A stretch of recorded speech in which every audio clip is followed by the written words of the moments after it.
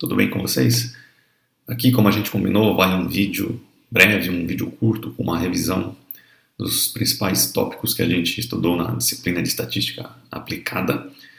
E esse vídeo é com o intuito de que auxilie nos seus estudos para a prova, tudo bem? Então, espero que vocês aproveitem, estudem bastante, se preparem e façam todos uma boa prova.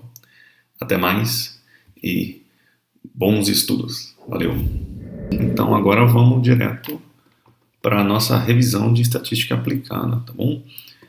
A gente ao longo do semestre trabalhou com 5 temas, né? Eles estão listados aí, de 1 a 5, probabilidades, distribuição binomial, distribuição normal, distribuições amostrais e inferência.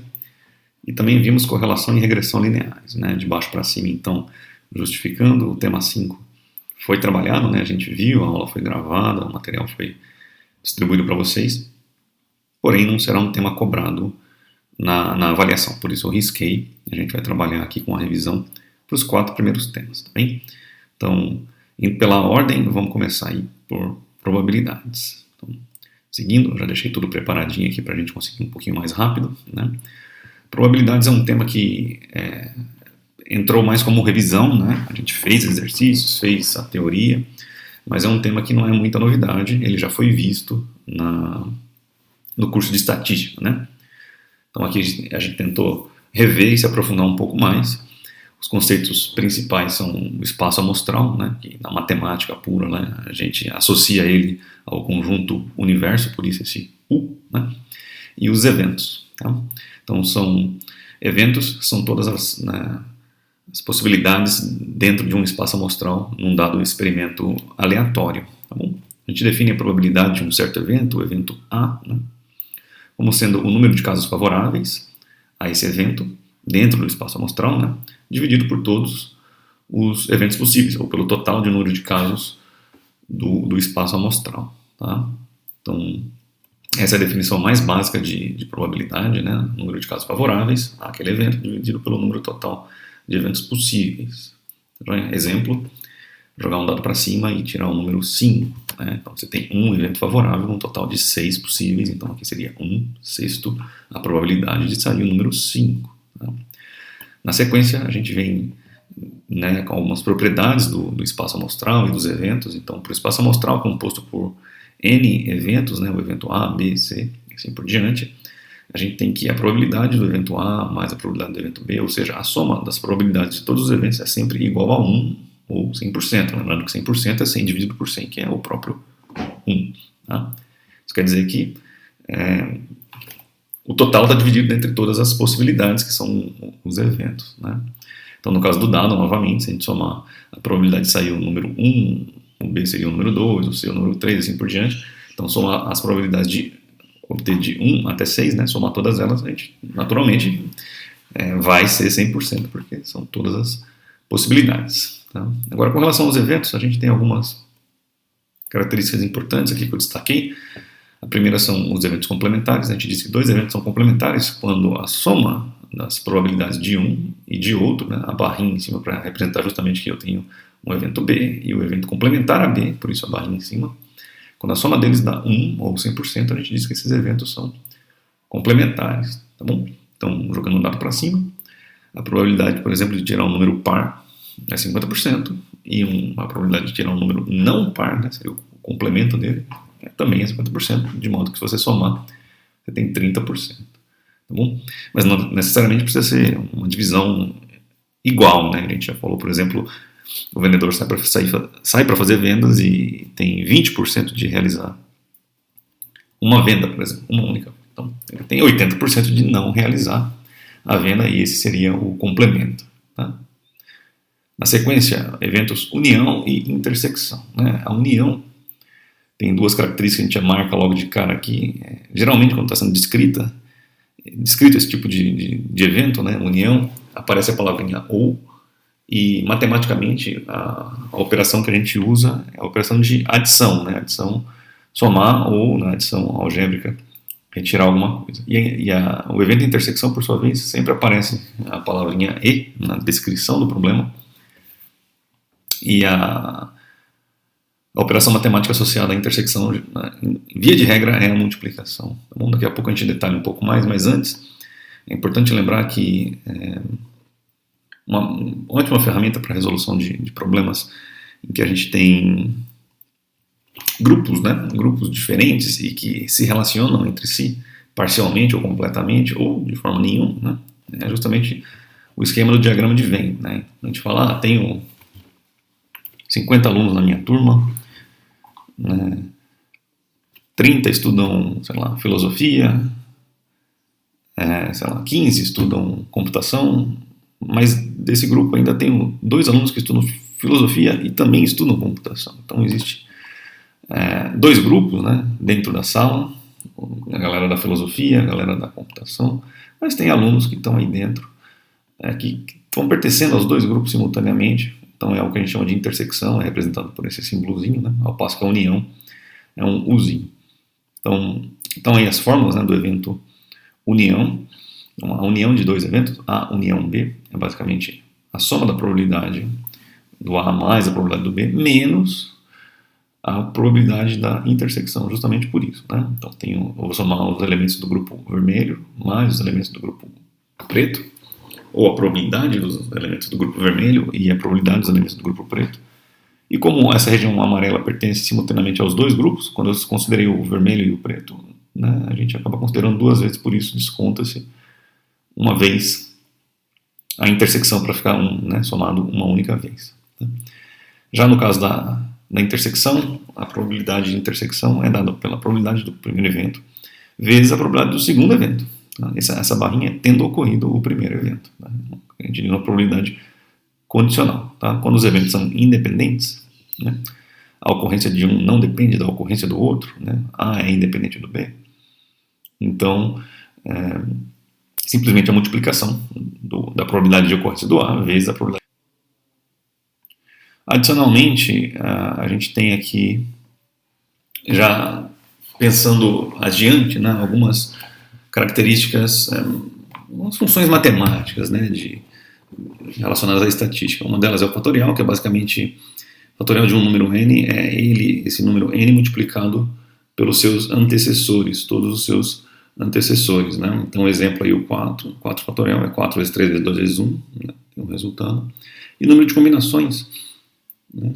De maneiras diferentes você pode combinar um certo número x de resultados possíveis, um número total de eventos do seu espaço amostral, né? Você quer x, acertar x, né? Encaixar x aí dentro, é dado pela formulinha n fatorial, x fatorial, que multiplica n menos x fatorial. A gente fala disso aqui justamente já pelo assunto seguinte, né? A gente também viu no curso de estatística, é visto no curso de estatística, mas a gente reviu e praticou aqui, que é o segundo tema, a distribuição binomial de probabilidades. Tá? A distribuição binomial de probabilidades, ela funciona, ela é aplicada para variáveis discretas, eventos complementares, né? Então só tem, além de ser complementar, só tem 2 resultados possíveis, tipo cara ou coroa, nascer menino ou menina, fazer a venda, não fazer a venda, né? E as probabilidades são constantes ao longo das tentativas. Tá joia? A fórmula geral, né, da probabilidade do evento binomial para x, esse x, de novo, é o número de acertos, né, número de eventos favoráveis aí, né? Então ela é dada pela combinação de nx a x, onde n é o total de eventos possíveis no seu espaço amostral e x de eventos que você quer acertar ali, né? P é a probabilidade de sucesso, de realização, de ocorrência do evento elevado a x, que é o número de eventos. E aqui basicamente a probabilidade de insucesso, né? 1 é o complemento, 1 menos a probabilidade de sucesso, a probabilidade de insucesso elevado ao número de insucesso, né? O total menos o número de sucesso é o que sobrou, que você errou ou não acertou ali, o número de insucesso. Tá? Então, as aplicações possíveis no cálculo de probabilidade do evento binomial, basicamente, a gente trabalhou com 2, né, grandes aplicações, realizar x vendas num total de n tentativas.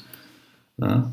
Então, o cara é um vendedor que sai para fazer as vendas e quer, sei lá, vai fazer 20 vendas, 20 tentativas, né, n igual a 20, quer realizar 8 vendas. Então, x igual a 8, n igual a 20. Tá? Alta de ações a gente também estudou, né? Um total de n ações, x ações terem alta ou baixa, tanto faz, né? São eventos binomiais. E qualquer outro tipo de evento binomial, né? Nascer menino ou menina, da cabra ou coroa, dentro de um, né? Vou tentar, a pessoa teve 5 filhos, né? Qual que é a probabilidade de nascer 2 meninas, por exemplo, ou 1 menino, coisa do tipo, né? Então, o total é sempre um número grande e o X aí é o número de objetivos que você quer alcançar. Tá? Perfeito. Então, tudo isso é possível de se calcular nesses 3, vermelho, azul e preto aqui, esses três contextos, né? São possíveis de calcular desde que se conheça, claro, com antecedência a probabilidade de sucesso, né? Que, via de regra, já é determinada anteriormente por casos anteriores. Então, você já tem estudos feitos que determinam aí essas probabilidades, tá bem? Aí sim, agora a parte talvez mais importante do curso, que é a parte mais inédita, é quando a gente entrou nos temas de distribuição normal, né? Distribuição normal de probabilidades. A gente teve, as primeiras são as condições de obtenção para as quais se realiza esse estudo, né? As variáveis são contínuas, ao contrário da distribuição discreta, que as variáveis eram discretas, né? As distribuições binomiais, as variáveis eram discretas, tipo cara ou coroa, menino ou menina, faz a venda ou não faz a venda, lá na distribuição binomial. Aqui as variáveis são contínuas, são do tipo massa, tempo, dinheiro, etc. Né? Tem diferença, relembrando a diferença entre variáveis contínuas e variáveis discretas, é que variáveis contínuas você sempre tem uma subdivisão entre 2 vizinhos, né? Você vai de um ponto até outro continuamente, sem passar por buracos, né? Então, massa, por exemplo, né? A pessoa ela vai dos 60 quilos até os 65 quilos, passando por todos os valores intermediários. Não é do 60 para o 61 dá um pulo, assim, um estalo, e do 61 para o 62 um estalo até chegar no 65. Não, a gente vai continuamente, né?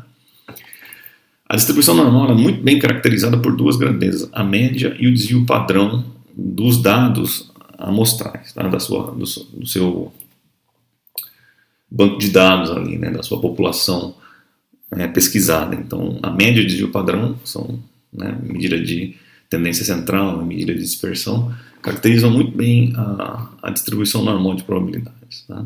Além disso, uma característica muito importante da distribuição normal é que a média, a mediana e a moda, né, as 3 medidas de tendência central, são iguais. Tá? Isso faz com que a gente tenha a média, que é o vermelhinho, que é o mais importante, uma das medidas mais importantes da distribuição de probabilidades normal. Ela, além de ser o valor de equilíbrio, é o valor central, né, o valor que está no meio, porque ele também é mediano, portanto a gente tem 50% dos dados antes da média e 50% dos dados depois da média. Tá? E além disso, ele também é moda, ou seja, a média é o valor mais recorrente, mais obtido dentro daquela população. Tá? Então, isso é super importante. Tá? O gráfico da distribuição normal é conhecido como curva de sino, gaussiana, ou curva normal, que é o nome que a gente adota mais, né? Mais uma vez aqui eu só destaquei, né, que a média é o valor de equilíbrio, também nesse caso é o valor intermediário e o mais frequente, e o desvio padrão é a medida de dispersão, que é apenas uma lembrança aí lá do curso de estatística, né, das medidas de dispersão e medidas de tendência central.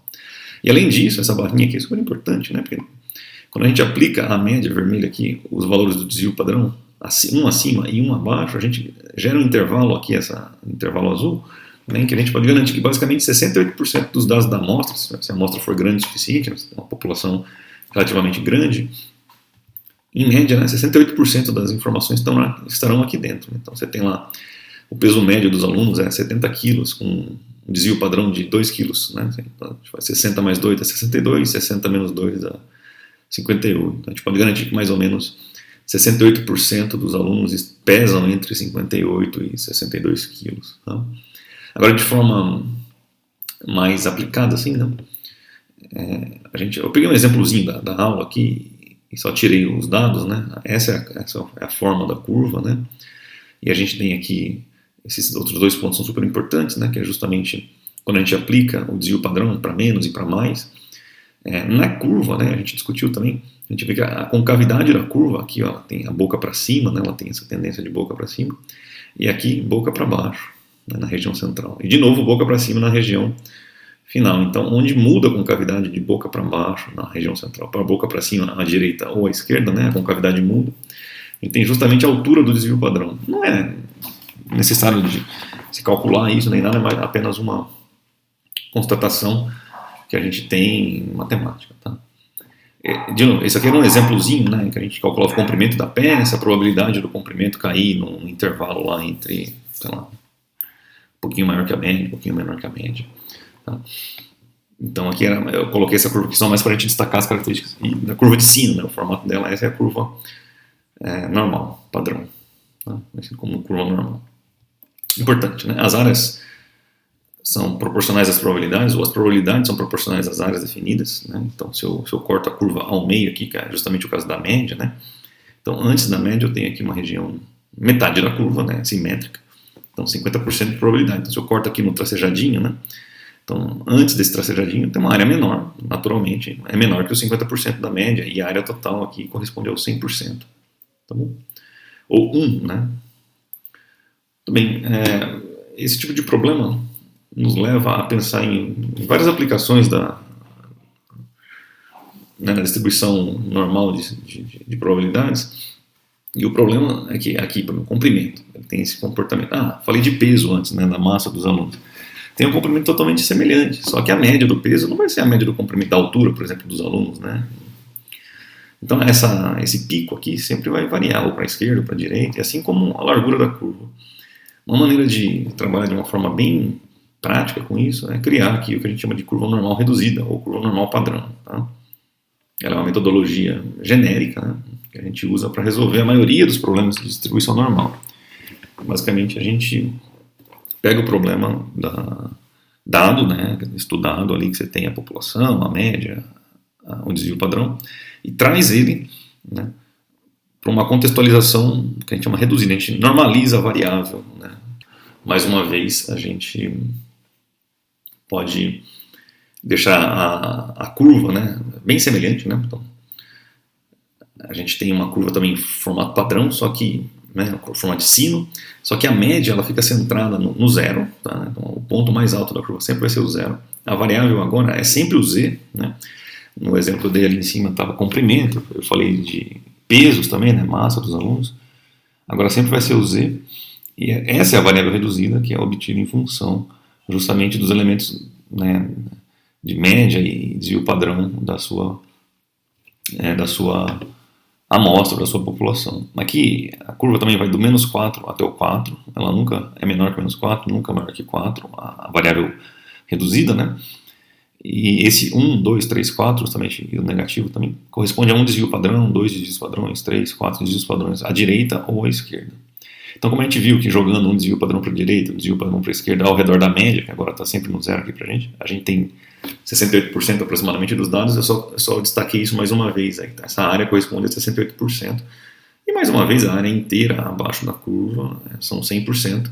E quanto maior a área, maior a probabilidade, quanto menor a área debaixo da curva, menor a probabilidade. Tá? Então ela varia de 0 a 100%. Então, Z é a variável reduzida. Ela sempre pode ser calculada em função dos elementos da sua população. Então, a média e o desvio padrão da população. Tá? E o x aqui é a variável do problema, a variável real, a gente diz. Né?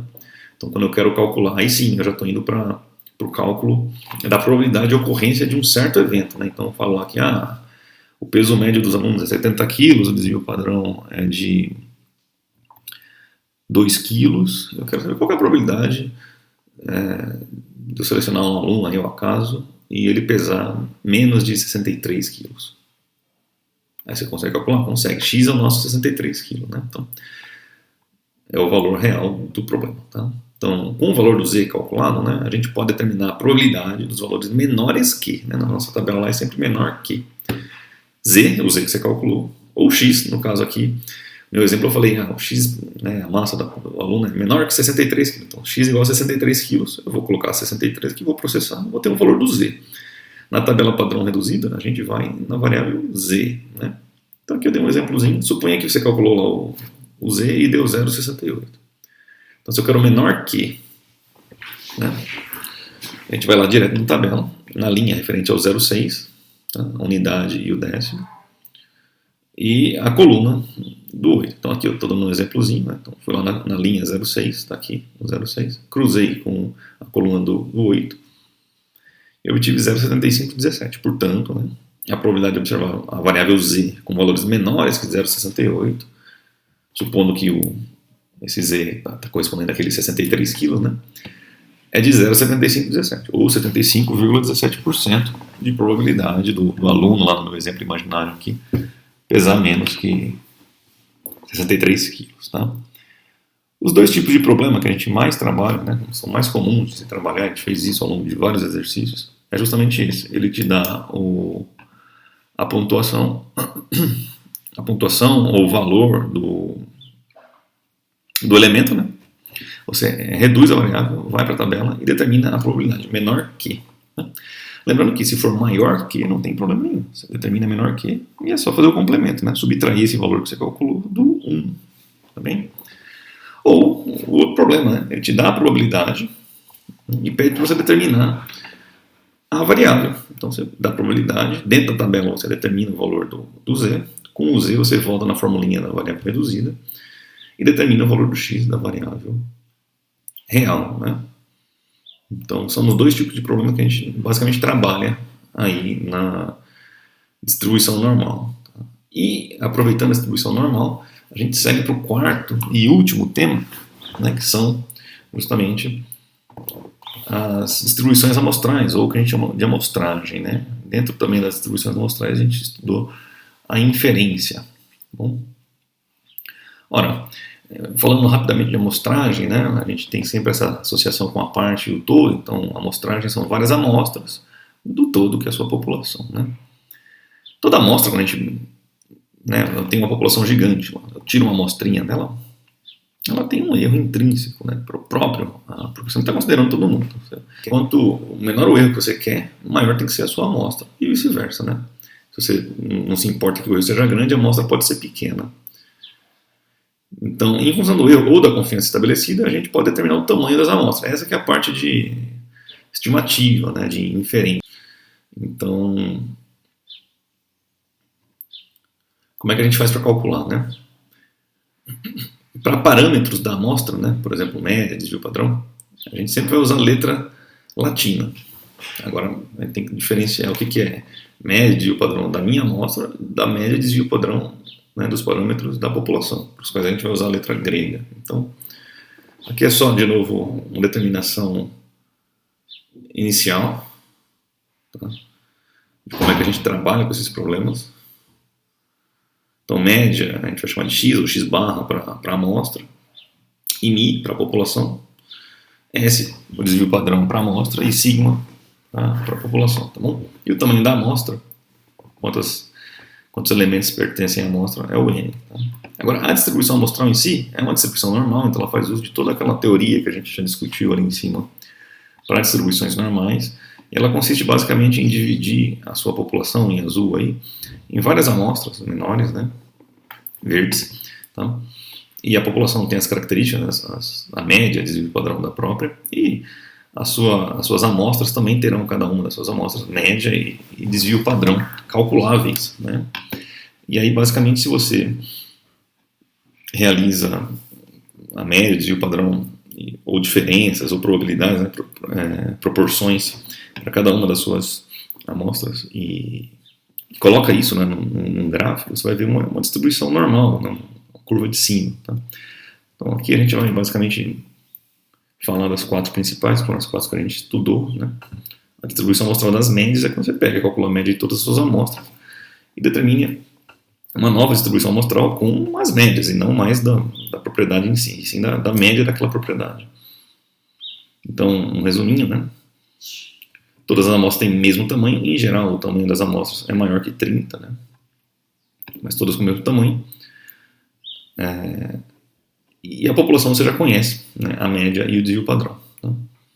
Então a gente determina a média de cada amostra, a média x, né? Ou x barra, e realiza uma distribuição normal. Ela forma, né? Uma distribuição normal com média própria e desvio padrão próprio da distribuição das médias, né? Então a gente viu que para essa distribuição, a média da distribuição amostral das médias coincide com a média da população.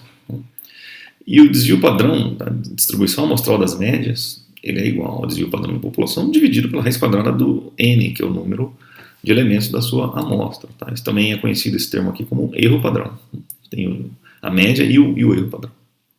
Outra distribuição que a gente pode realizar são das proporções. Né? Então, nesse caso, ao invés de você focar no cálculo de média para cada amostra, você calcula uma proporção de dentro ali. Né? Então, a gente citou isso ao longo das aulas, a população aqui, a turma toda tem uma probabilidade de 70% de aprovação.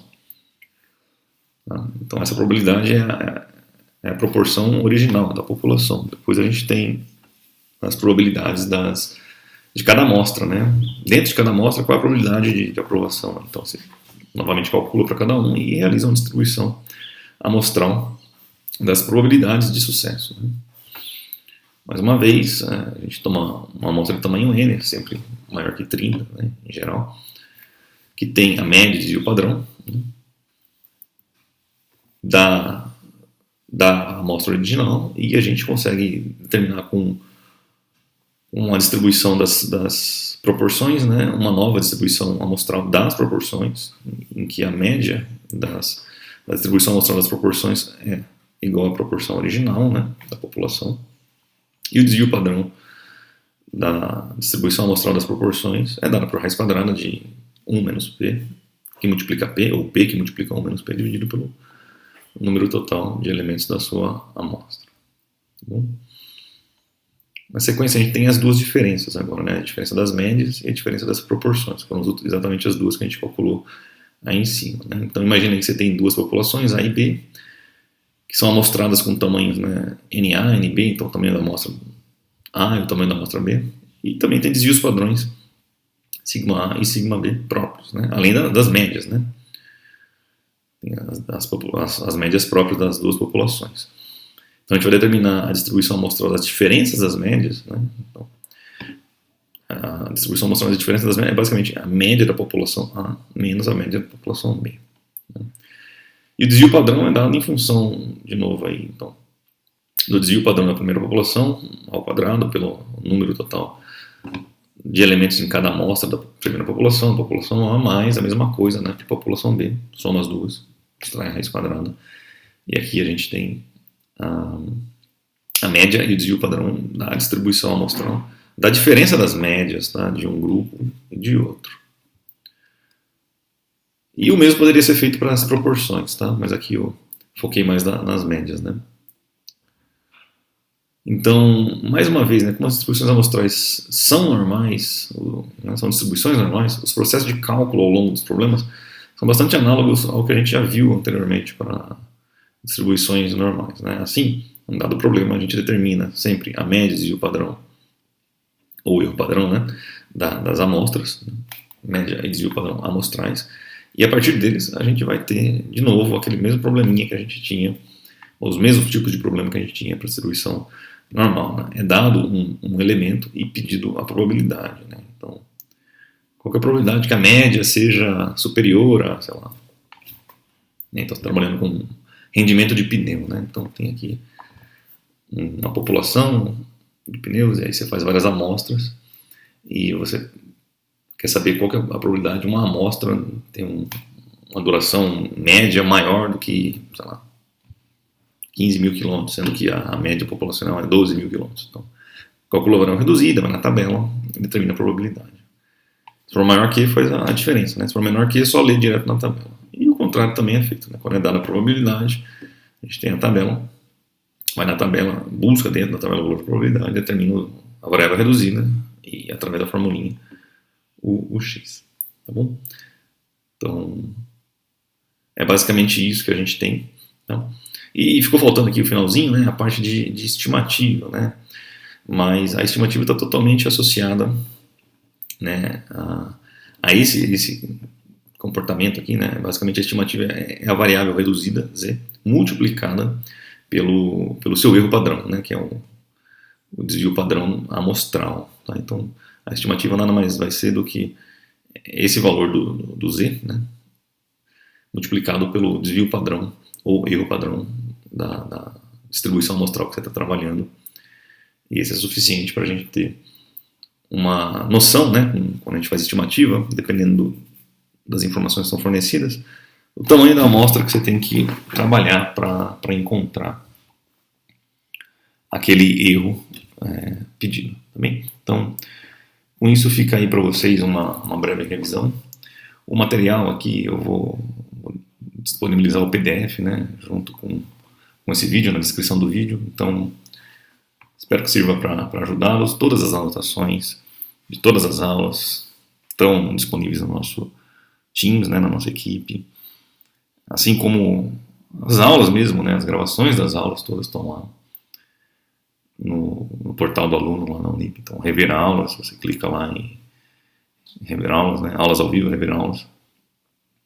E tem acesso também. Então, aqui fica um registro do que a gente andou discutindo de forma resumida ao longo do semestre, para que vocês possam estudar e ter um bom desempenho na prova. Então, desejo a todos aí uma boa avaliação, uma boa prova, bons estudos e força sempre, pessoal. É isso. Até mais. Tchau, tchau.